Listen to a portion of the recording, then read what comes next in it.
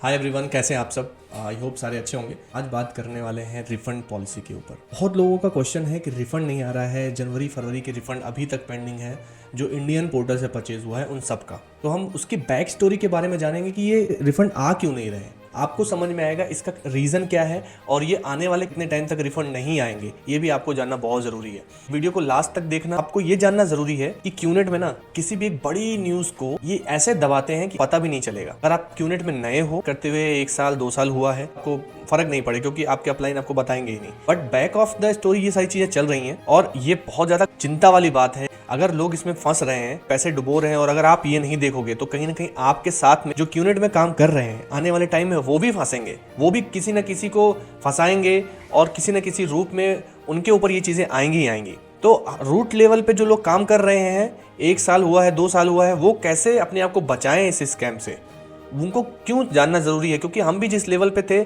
हमने भी जितने टाइम तक किया, हम अगर न्यूज़ आती भी थी तो हम जाके अगर अपलाइन को बताते थे तो वो भी हमें कुछ ना कुछ ज्ञान बता देते थे कि लोग आपसे जलते हैं तो वो लोग चाहते हैं कि आप आगे ना बढ़ो। लेकिन सच्चाई ऐसी नहीं है, सच्चाई कुछ और है। हमें सच में देखना पड़ेगा एक्चुअली वजह क्या है। कुछ चीज़ें समझ में आए कि ये कब से हो रहा है और आगे क्या होने वाला है। बात करते हैं रिफंड की बैक स्टोरी पे। हम चलते हैं हैदराबाद में। एक कॉम्प्लेक्स है जिसका नाम स्वप्न लोक है। मार्च के आसपास एक आग लगती है और उसमें लगभग 6 लोग मारे जाते हैं। इनिशियल इन्वेस्टिगेशन में पता चला कि वो 6 के 6 क्यूनेट से रिलेटेड थे, क्यूनेट के एम्प्लॉइज थे। तो आग लगने की वजह थी वो थी शॉर्ट सर्किट। बाद में कंपनीज पे केस भी हुआ कि सेफ्टी मेजर्स नहीं फॉलो कर रहे थे जो बिल्डिंग थी। सच्चाई ये है कि ग्राउंड लेवल पे जितने भी लोग काम करते हैं ना, उनकी हकीकत यही है कि आप अप्लायंस के लिए ना मैटर नहीं करते हो।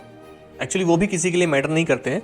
तो इसलिए इसका कोई ऑफिस या एज सच कोई ग्राउंड रूल या आप कोई इंपॉर्टेंस नहीं होती, बस काम चलाना होता है। क्योंकि आपको टाइम ज़्यादा नहीं देना होता है, इसमें कम टाइम के लिए आपको काम करना है, तो आपको एक प्लेस चाहिए। तो इसीलिए आपको कहीं पे भी, किसी भी एसोसिएशन पॉइंट पे, किसी के मॉल के पीछे कहीं पे भी आपको, या किसी पार्क में बैठा के आपका एसोसिएशन करवाया जाता है। कोई रेप्यूटेड जॉब कर रहे हो बट आपको काम करना होगा एसोसिएशन में आके। 18 जनवरी को ईडी ने मुंबई, बेंगलुरु, चेन्नई जैसे बहुत सारी जगहों पे रेड करी। ये रेड्स हुई थी विहान डायरेक्ट सेलिंग पर, मतलब जिसको हम क्यूनेट के नाम से जानते हैं। उन्होंने 36 बैंक अकाउंट्स को फ्रीज किया जिसमें 90 करोड़ रुपीस जब्त हुए। ईडी ने जो ये एक्शन किया था क्यूनेट पे, वो इसलिए किया था कि क्योंकि 2022 में के ऊपर कंप्लेन हुई थी। ईडी में 38 एफआईआर्स लॉन्च करी गई थी जिसपे ईडी ने कार्रवाई करी और मल्टीपल अकाउंट्स फ्रीज करे। लेटर पार्ट में आपको ये पता चलेगा कि जब ये इंसिडेंट हुआ था स्वप्न लोक का, उसके जस्ट या वीक के बाद ईडी ने लगभग 137 करोड़ रुपए कैश जब्त किए थे क्यूनेट से रिलेटेड, विहान से रिलेटेड लोगों के द्वारा। तो हम केस पे आते हैं। फायर केस हुआ था, अंदर से कुछ 1-2 लोगों की जान बची थी। एक सर्वाइवर था, उसने बताया कि वो किस तरीके से लोगों को नहीं बचा पाया। उसने ये भी बताया कि उसने बिजनेस स्टार्ट करा था 1.5 लाख देकर। सो ये बहुत कंसर्न वाली बात है कि क्यूनेट में बोलते हैं कि कोई भी एम्प्लॉय नहीं है, कोई भी हायर नहीं करता किसी को, लेकिन जो बात सामने आ रही है वो यही आ रही है कि उसमें वो एम्प्लॉयज़ थे, वो काम कर रहे थे। तो हम क्यूनेट में जानते हैं कि पार्टनरशिप ऑफर करता है, ई कॉमर्स प्लेटफॉर्म है, 137 करोड़ रुपए कैश का मिलना, ये सब सवाल खड़े करता है कि ये एक्चुअली बिजनेस है या कोई स्कीम चल रही है बहुत बड़ी जो हमें नहीं समझ में आ रही है। इस पूरे इंसिडेंट के बाद में एक इंजीनियरिंग ग्रेजुएट था, उसने ये बताया कि ये उस इंसिडेंट में उसकी फ्रेंड की भी जान गई जो कि क्यूनेट में काम करती थी और उसने इनको इंट्रोड्यूस करवाया था 1.5 लाख देके। और जब उसको पता चला कि ये क्यूनेट नाम से है और नेटवर्क मार्केटिंग है और पिरामिड स्कीम है, तो उसने पुलिस में जाके कंप्लेन करी, बट पुलिस ने उस पर कोई एक्शन नहीं लिया। इंसिडेंट हुआ था उसके 1 हफ्ते के बाद में ईडी ने बहुत बड़ी कार्यवाही करी सेम केस पे। वो जो लोग इस इंसिडेंट में जल गए थे उन लोगों पे 30 लोगों ने एफआईआर करवाई, तो उनके साथ चीटिंग करी गई है। 167 लोगों ने अभी तक बयान दिया है और उस बयान में 3 मेजर चीज़ें सामने आई हैं कि इनसे रजिस्ट्रेशन के नाम पे 1.5 लाख रुपए या 2 लाख रुपए लिए जाते थे। इंडिया में ये रजिस्ट्रेशन फीस नहीं ली जा सकती as per direct selling guideline. और दूसरी बात ये सामने आई कि क्यूनेट, जो कि विहान डायरेक्ट सेलिंग के नाम से इंडिया में रजिस्टर है, उसके बाद भी एक थर्ड कंपनी थी जो कि जाली कंपनी थी, इसका नाम वी एम्पायर था। दवी में वी काउंसिल उपेंद्र नाथ रेड्डी चलाते थे। अब उसका कितना लीगैलिटी है, कितना वो मनी को सर्कुलेट करते थे, अब क्या करते थे, वो लेटर पार्ट में अभी इन्वेस्टिगेशन चल रहा है, वो चीज़ें सामने आने वाली हैं। According to ACP N Ashok, 12 लोगों ने मिलके वी एम्पायर नाम की एक जाली कंपनी बनाई थी जो कि क्यूनेट और विहान नाम से इंडिया में रजिस्टर है उससे रिलेटेड थी। ये क्या करते थे, इनका बिजनेस मॉडल क्या था कि सेम जैसे क्यूनेट और विहान में होता है कि लोगों को लालच देके, क्यूनेट के जो नियम है वो ये बोलते हैं कि हम लोगों को रोजगार या रिक्रूट नहीं करते हैं, इनकम का लालच नहीं देते, इनकम का गारंटी नहीं देते हैं। बट ये जो कंपनी थी वी एम्पायर करके, वो क्या करती थी, लोगों को 20 से 60 हज़ार रुपए के बीच में पर मंथ कमाने का लालच देती थी। उन लोगों को टारगेट किया जाता था तो जो कि यूथ हैं, यूथ को टारगेट करते थे, जो अभी कभी ग्रेजुएट हुए हैं, जो लोग पैसा कमाना चाहते हैं, जो लाइफस्टाइल मेंटेन करना चाहते हैं, उनको टारगेट करते थे। उपेंद्र नाथ रेड्डी को रिसेंटली अगस्त में अरेस्ट किया गया है। ये तो बहुत छोटे नंबर है कि 167 लोगों ने अपने बयान दर्ज कराए हैं और कंप्लेन करी है। ये नंबर्स बहुत बड़े हो सकते हैं और ये मल्टीपल सिटीज़ में, बड़े जो मेट्रो सिटीज़ होते हैं उसमें नंबर्स बहुत बड़े हैं, क्योंकि हमारे पास भी बहुत सारे कॉल्स आ रहे हैं जिसमें लोग, जब उनको पता चलता है कि क्यूनेट है, नेटवर्क मार्केटिंग है, उनको नहीं करना है, तब वो हमसे मदद मांगते हैं कि वो उनकी हेल्प करें हम। आपको भी पता है कि रिफंड टाइम ओवर हो जाने के बाद में और जब हम एफिडेविट साइन कर देते हैं उसके बाद में हम अपने ही पैर पे कुल्हाड़ी मार लेते हैं।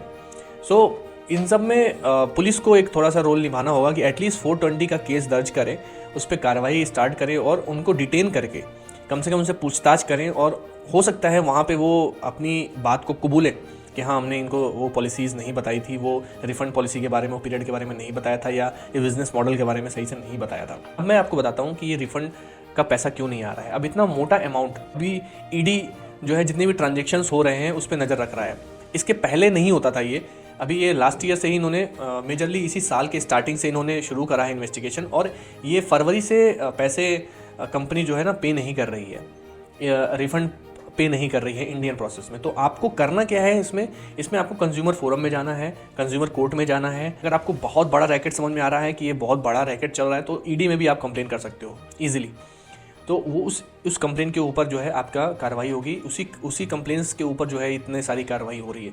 अभी मेजरली सिटी नोएडा, दिल्ली और जयपुर, इस सिटीज़ में भी बहुत सारे लोग पकड़े जा रहे हैं और आने वाले टाइम में ये बहुत ज़्यादा न्यूज़ में आने वाला है। इन लोगों का जो मन बढ़ा हुआ है, बिना कंपनी का नाम बताए हुए, बिना रिफंड पॉलिसी बताए हुए आपसे साइन करा लेना, आपके पैसे ले लेना, आप मीठी मीठी बातें करना, बहुत हाई फाई लाइफस्टाइल दिखाना, शो ऑफ करना, तो ये सब चीज़ें बंद होनी चाहिए। क्योंकि एक अल्टरनेट आदमी ढूंढ रहा होता है और उसको जब ये चीज़ें मिलती हैं वो अट्रैक्ट होता है, और जो अपनी जमा पूंजी होती है, जो जमा किया होता है उसने पैसे, वो हार्ड एंड मनी को दे देता है। चीट करते हैं लोग, उसको सामने वाले को कोई फ़र्क भी नहीं पड़ता है कि आपका पैसा कहाँ गया, क्या हुआ। रिफ़ंड के लिए मैं आपको ये सजेस्ट करूँगा, रिफ़ंड अभी नियरली फ्यूचर में नहीं आने वाले हैं, बहुत क्लियरली बता रहा हूँ, क्योंकि अकाउंट्स फ्रीज़ हैं और ये बोलते हैं कि हम कैश में डील नहीं करते हैं। बट 137 करोड़ रुपीज़ कैश मिला है, तो आप इसका एलिगेशन और इसका पॉइंट ऑफ व्यू जान सकते हो कि ये बहुत बड़ा अमाउंट होता है। और रिफ़ंड किस बेसिस पे करेंगे, क्योंकि वो पैसा आपका है, कंपनी में गया है, वो तो हमारा वापस आना चाहिए ना। तो इसके लिए आप कंज्यूमर कोर्ट में जाइए, कंज्यूमर कोर्ट में केस करिए, आप ज़रूर जीतेंगे। कंपनी आपको पे करेगी जिस तरीके से भी आपको पे करना है। आप कहीं पे भी हो, आप अपना एफर्ट डाल सकते हो, लोगों को अवेयर कर सकते हो। कोई भी कंपनी हो, छोटी बड़ी कोई भी कंपनी हो, नेटवर्क मार्केटिंग और डायरेक्ट सेलिंग में चक्कर में पड़ना ही नहीं है। कोई शॉर्टकट नहीं होता है मनी का। इसमें भी क्या करना होता है, इसमें भी लीगल और लीगैलिटी पार्ट तब तक है ना जब तक आप सही चीज़ बोल के किसी भी पार्टनर को आप इन कर रहे हो। बट आप जब आप एथिकल ही नहीं हो, जब आप सही चीज़ बता ही नहीं रहे हो, लीगैलिटी पार्ट नहीं बता रहे हो सही से, आप कंपनी का नाम नहीं बता रहे हो, आप केवल सिर्फ और सिर्फ अपने ट्रस्ट पे सामने वाले को ला रहे हो, तो ये स्कैम है। इसीलिए स्कैम कहा जा रहा है और कोई और वजह ही नहीं है। कोई भी न्यूज़पेपर, कोई न्यूज़ चैनल क्यों नहीं स्कैम बोलता है, और हम भी बोलते हैं, क्यों ना बोले, क्योंकि स्कैम हो रहा है। और कौन लोग कर रहे हैं, अभी कंपनी का इस पे स्टेटमेंट नहीं आया कि वो एम्प्लॉयज़ थे या वो लोग पार्टनर्स थे। जितने लोगों का साइन अप किया है वो लोगों ने, एटलीस्ट इससे ही समझ में आ रहा है कि वो सारे लोग क्यूनेट रिप्रेजेंटेटिव थे। आपको और हमें मिलके इस जो स्कैम के खिलाफ लड़ना होगा, एकजुट होना पड़ेगा। आप जहाँ पे भी हैं अपने दोस्तों को, कलीग्स को आप बता सकते हो, इसके बारे में अवेयर कर सकते हो कि ऐसा स्कैम चल रहा है, आप मत फंसना। और कभी भी ऐसा कोई आपके पास आपको अप्रोच करे तो उसको आराम से समझाना है कि यार देखो ऐसा है कि मैं ऐसे चीज़ों में इंटरेस्टेड नहीं हूँ, भले वो कितना भी घुमाए फिराए, बट आपको अवेयर रहना है, आपको अवेयर करना है लोगों को, जिससे ये prevention is better than cure. नुकसान हो जाने के बाद में अब रिफ़ंड लेना, बहुत सारी चीज़ें करना, वो सब बहुत फिर हेक्टिक हो जाता है, आप परेशान हो जाते हो। लेकिन आप अगर किसी को बता के रखोगे, अपने आप को इन्फॉर्मेटिव रखोगे, क्योंकि अब ये कब इलीगल होगा, कब बंद होगा, हमें नहीं पता। आई होप कि आपको वीडियो अच्छा लगा होगा।